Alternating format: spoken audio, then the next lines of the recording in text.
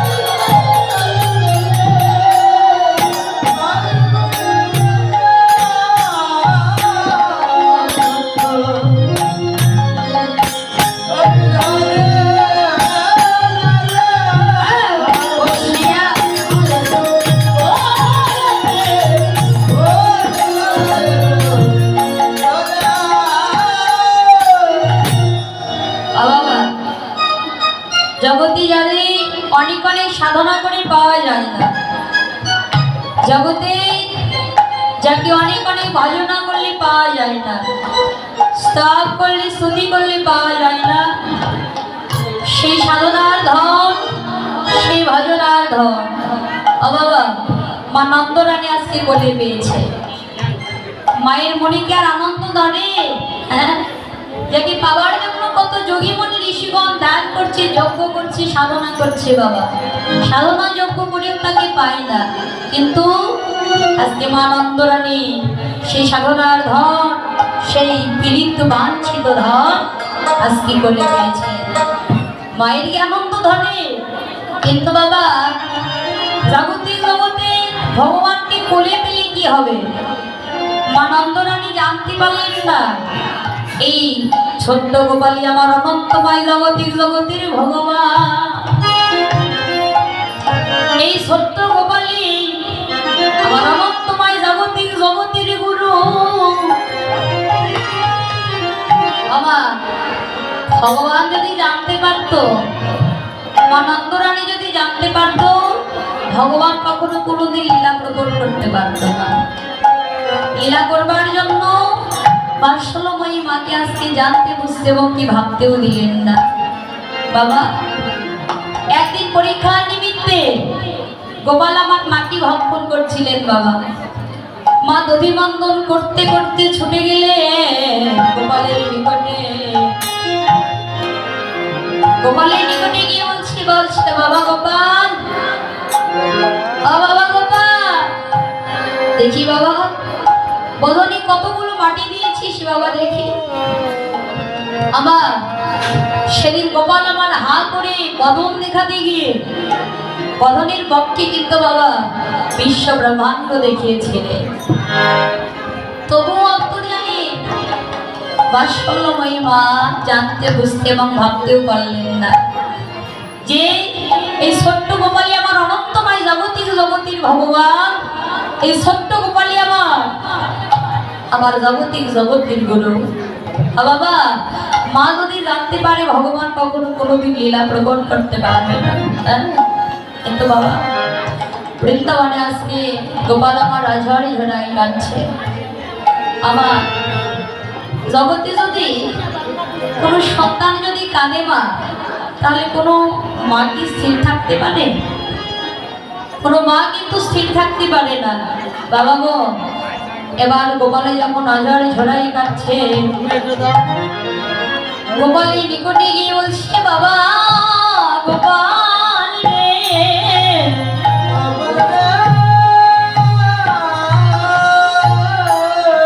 বাবা তুই এমন ভাবে কাঁদছিস কেন বাবা? জগতে আমি সকল কিছু সইতে পারি বাবা, কিন্তু কখনো তোর কান্নার ধ্বনি সইতে পারবো না। বাবা জগতে তুই যা কিছুই কর সকল কিছু সইতে পারবো, কিন্তু কখনো তোর কান্নার ধ্বনি আমি সইতে পারবো না গোপাল। বাবা বলছে ও তুই কেন কাঁদছিস বাবা? ও বুঝেছি তোর বুঝি বড় ক্ষুধা লেগেছে গোপাল। ও গোপাল নে না নে, যত ইচ্ছা লবণই নে, কিন্তু বাবা গোপাল রে বিনিময়ে এমন ভাবে আরে কাঁদিস না।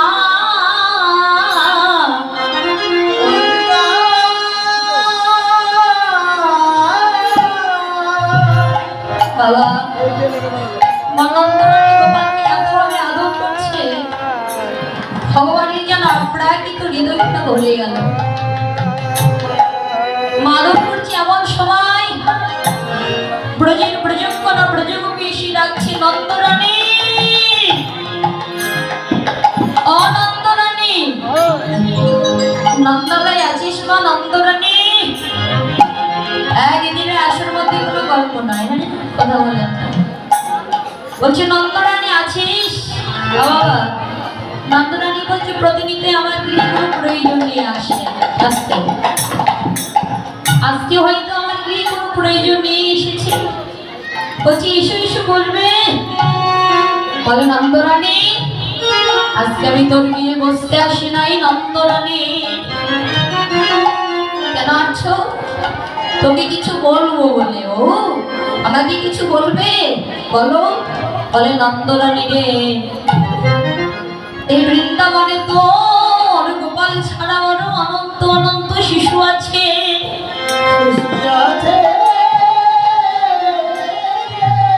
অনন্তরানী তোর অনন্ত অনন্ত শিশু মিলে যে অত্যাচারে যে দুষ্টামি করে নন্দরানী, তার থেকে অধিক অধিক হারে তোর গোপাল দুষ্টামি করে। অনন্তরানী তোর গোপাল কি করে জানিস? তোর গোপালে যায় প্রতিদিন আমাদের ঘরে লবণিত চুরি করতে নন্দরানী।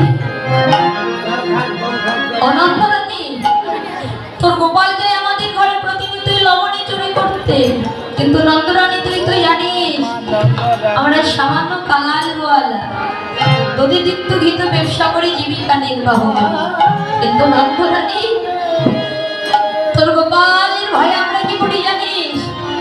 ওই শিকার উপরে লবণীর ভাগ্য টাঙিয়ে রাখি, কিন্তু তোর গোপাল কি করে জানিস? পিড়ির উপরে পিড়ি, তার উপরে পিড়ি, তার উপরে পিড়ি দিয়ে কতক্ষণ দিয়ে নবনীর ভাণ্ডগুলো ভেঙে সুরমার করে ফেলে নন্দরানী।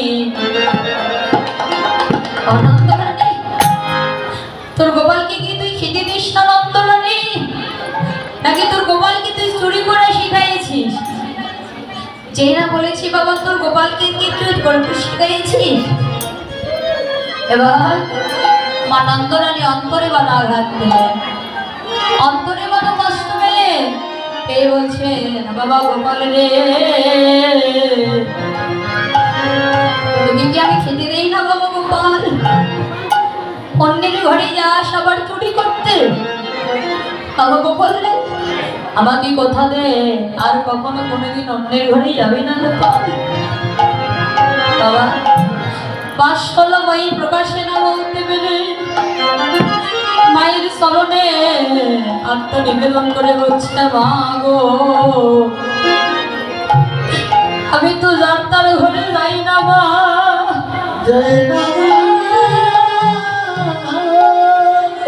জগতে আমি কার ঘরে যাই মা, যারাই আমায় হা কৃষ্ণ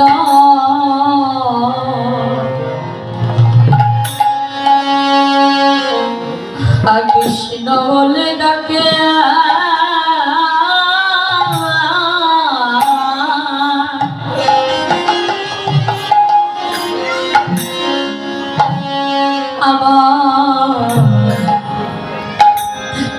আমায় ডাকে মা,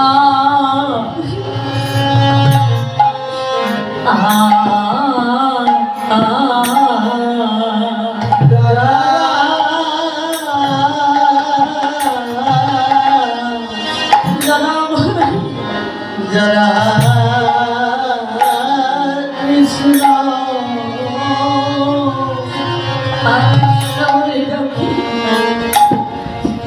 कृष्ण बोले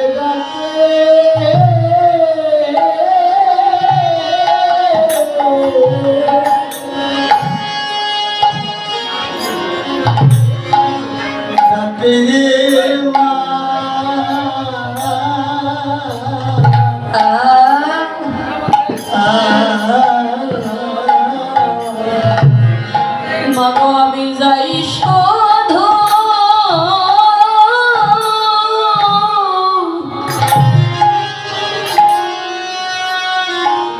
আমি যাই শুধু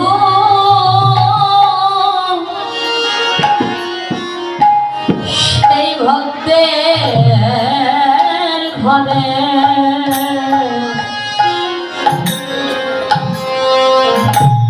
যারা আমায় কৃষ্ণ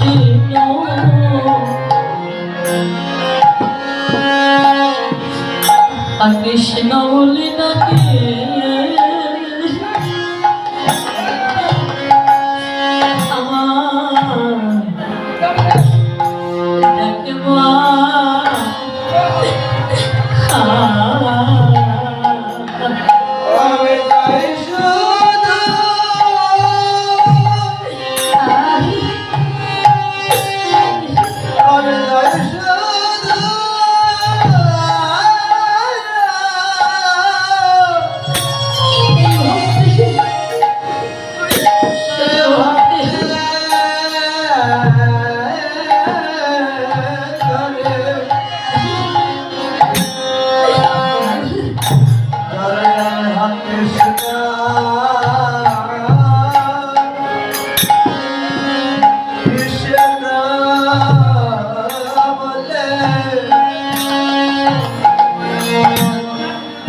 बोले हमरा के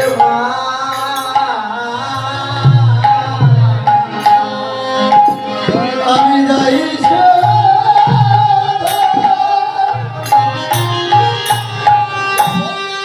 যাই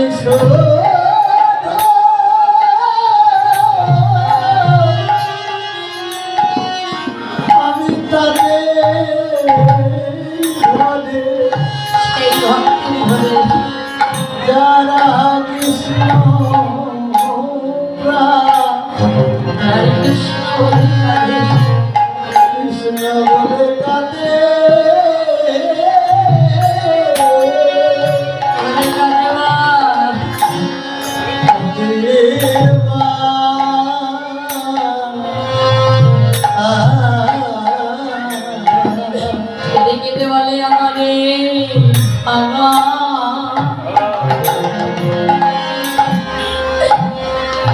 আমারই ভাঙা খানে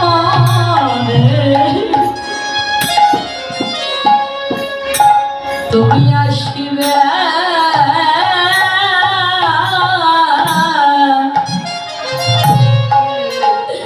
আসিবে কিনা তারা বলে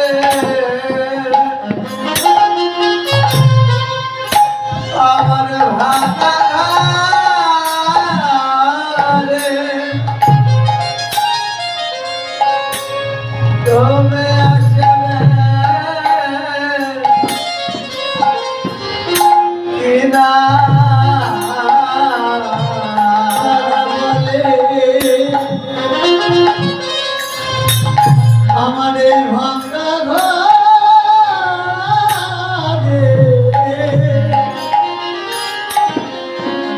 তুমি আসবে কি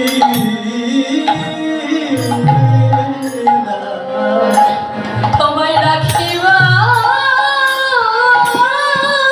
মতো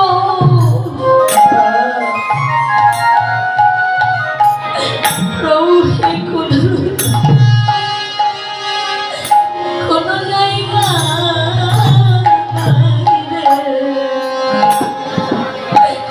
আমার এই ভাঙা ঘরে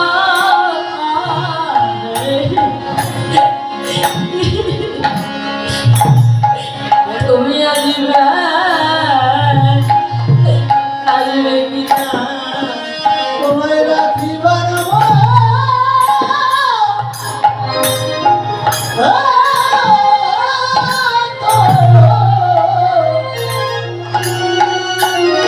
আমার কোনো জায়গা নাই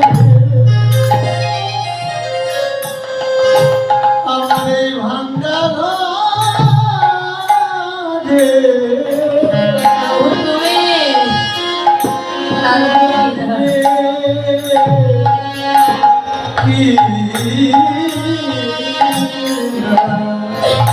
তোমায় রাখিবার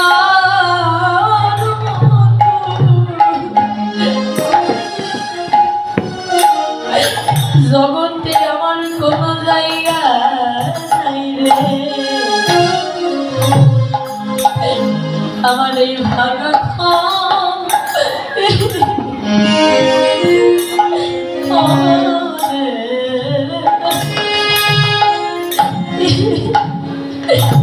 তুমি আসবে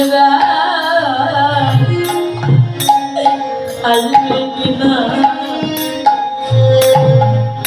ও তোমার হরি বল হরি বল হরি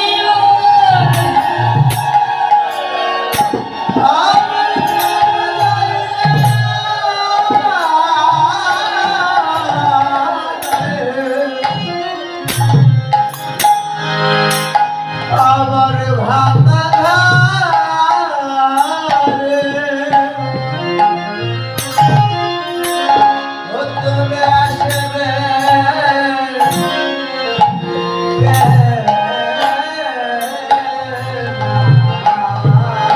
বাবা মায়ের চরণে প্রকাশ্যে না বলতে পেরে মায়ের চরণে আত্মনিবেদন করছি বলছে মা জগৎটা আমি জানতার ঘরে যাই না মা বাবা জগতে যারা কেঁদে কেঁদে বলে প্রভুকে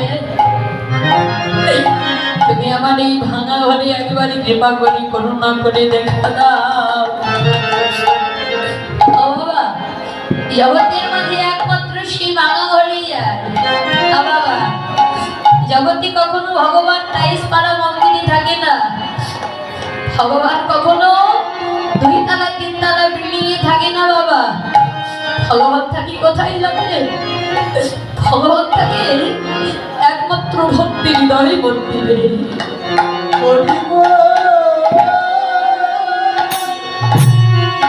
কোথায় লাগে ভগবান থেকে ভক্তি হৃদয় মন্দিরে জগতে যদি কোনো ভক্ত এই হৃদয় মন্দির পরিষ্কার পরিচ্ছন্ন করে একবার স্থান দেবার মতো দিতে পারে বাবা যদি একবার ভালোবাসার মধ্যে ভালোবাসা নাকি ভালো করতে পারে জগতে সেই ভাঙা ঘরেও সারা জনম ভগবান বসত করে।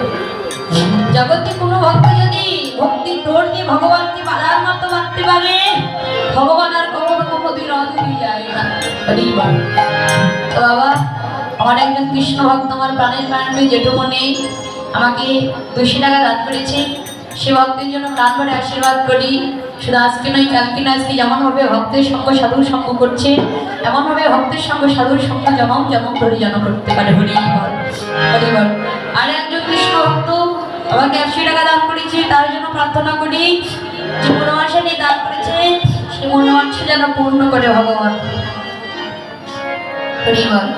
আরেকজন আমার প্রাণের প্রাণ প্রিয় আমার জেঠুমণি, লক্ষ্মীদার জেঠুমণি বাবা, তাদের বাসাটা হচ্ছে বেল্লা।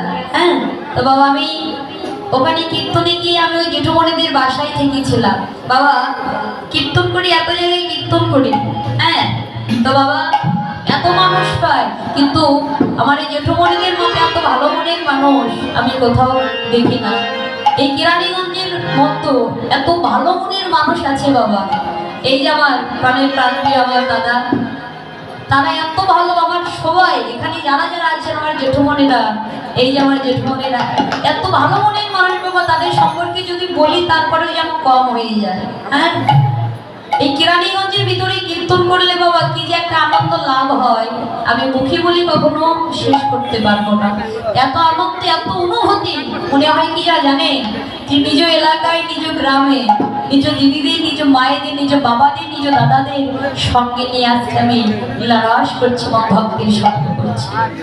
বাবা আজকে আমার এই লক্ষ্মীনাথ দাদা, জেঠুমণি এবং এই যে আমার প্রাণের প্রাণ প্রিয় দাদা এবং আমার এই জেঠুমণি সবার জন্য ভগবানের কাছে প্রার্থনা জানাই যে অর্থ দান করেছি, অর্থ যেন এমন অর্থ দান করবার মতো যেন ভগবান আরো অর্থ দান করে, এবং এই অর্থ যেন ভগবতীর পালন করে হয়ে দাঁড়ায়, এবং এই মানব জন্মে যেন কৃষ্ণ নাম হরি নাম করে ভগবানের শ্রী চরণ ধরে নাম করতে পারে। হরি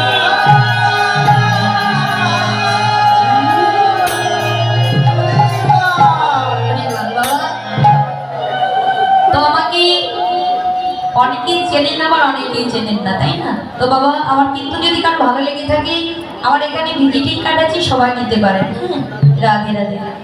তো বাবা হ্যাঁ, কি বললাম যে এই কেরানীগঞ্জের ভিতরে কীর্তন করতে এলে যে কি একটা আনন্দ লাভ হয় বলে বোঝাতে পারবো না। হ্যাঁ, তো বাবা আমার এই যে লক্ষ্মীদার জেঠুমণি এবং আমার এই পাশে রয়েছে তার সহধর্মিনী স্ত্রী। তো বাবা আজকে আমার এই জেঠুমণিরা শুধু আজকে নয়, এই যে আমার প্রাণের দাদারাও যুগল হয়ে আজকে কীর্তন আস্বাদন করতে আসছে। তো বাবা আজকে যেমনভাবে যুগল হয়ে কীর্তন আস্বাদন করতে আসছে, এমনভাবে যুগল হয়ে যেন ভজন করতে করতে করতে যেন রাধা গোবিন্দের সেই যুগল চরণ যেন লাভ করতে পারে। সবাই তাদের যেন একটা জয় করে দেয়।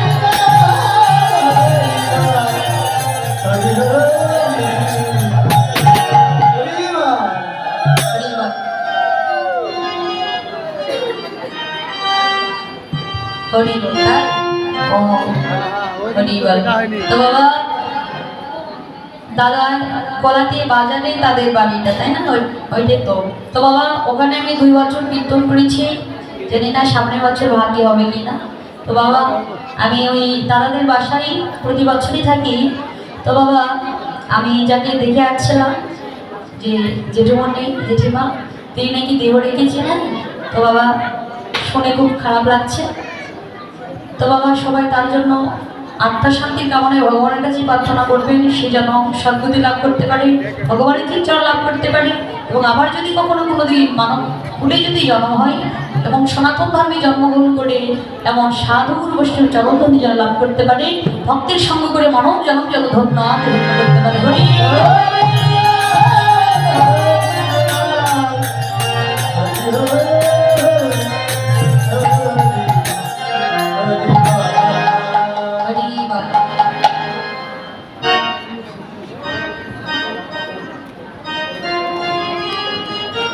হরিবল। 19শে জ্যৈষ্ঠ একপালা কীর্তন হবে কোথায়? এখানে 19শে জ্যৈষ্ঠ এখানে একপালা কীর্তন হবে। জানে না কীর্তন কি করবে? তো লোকনাথের উৎসবে কীর্তন হবে। সকলে আমরা আপনারা আমন্ত্রিত, নিমন্ত্রিত, সকলে চরণ ধরে দিবেন। হ্যাঁ, আর বাবা যারা যারা একাদশী আছেন এখানে প্রসাদের ব্যবস্থা আছে, ফলের ব্যবস্থা আছে, সকলেই আপনারা কেউ অভুক্ত যাবেন না, এখান থেকে প্রসাদ পাওয়ার পরে তারপরে যাবেন। হ্যাঁ, হরি বল। তো বাবা এবার কি বলছে, বলছে শোনো শোনো ভাই, বলছে তোরা দাঁড়িয়ে থাক, আমি মঙ্গলয় গিয়ে দেখি ভাই আছে কিনা। বলছি যেতে পারবি না আজকে, কেন ভাই? ও হচ্ছে রাজার ছেলে আর আমরা কাঙাল গোয়ালার ছেলে, বুঝি ওর অত অভিমান অহংকার। কিন্তু ভাই প্রেম ভালোবাসা কাঙাল গোয়ালার তো দিয়ে প্রেম ভালোবাসা হয় না ভাই, আমরা হৃদয় হইতে যে ভাই কানাইকে ভালোবাসে, এর থেকে তো আর বেশি কিছু না। জগতে ভালোবাসার উপরে কোনো কিছু হয় না বাবা, তাই না? বলছে ভাই তোরা দাঁড়িয়ে থাক, আমি একা কিন্তু জানি দাঁড়িয়ে থেকে। হ্যাঁ, বলছে এবার অন্তর্যামী ভগবান ভাবলে এই অভিমান তো ভালো নয়, অভিমান ভাঙিয়ে দেবার জন্য এবার কেউ পথ চিনতে পারলো না বাবা, একজন এক পথে চলে গেল, কেউ পথ চিনতে পারলো না। হরি বল। আমার আরো একজন প্রাণের প্রাণ প্রিয় জেঠুমনে আমাকে 100 টাকা দান করেছে, তার জন্য ভগবানকে যে প্রার্থনা জানাই, এমনভাবে ভক্তের সঙ্গ সাধুর সঙ্গ করতে করতে যেন ভগবানের শ্রীচরণ লাভ করতে পারেন। হরি বল। আর একজন কৃষ্ণ জেঠুমনে আমাকে 100 টাকা দান করেছে, তার জন্য প্রার্থনা জানাই, যেমনভাবে কৃষ্ণ প্রেম ভক্তি নিয়ে রাস আস্বাদন করছে, এমন কৃষ্ণ প্রেম ভক্তি যেন তার ভিতরে প্রকৃতভাবে উদয় কিন্তু উদয় হয় এবং সাধুগুরু বৈষ্ণবের চরণ লাভ করে ভক্তের মানব জীবন ধন্য হতে পারে। সবাই একটা জয় ছিল হরি বল।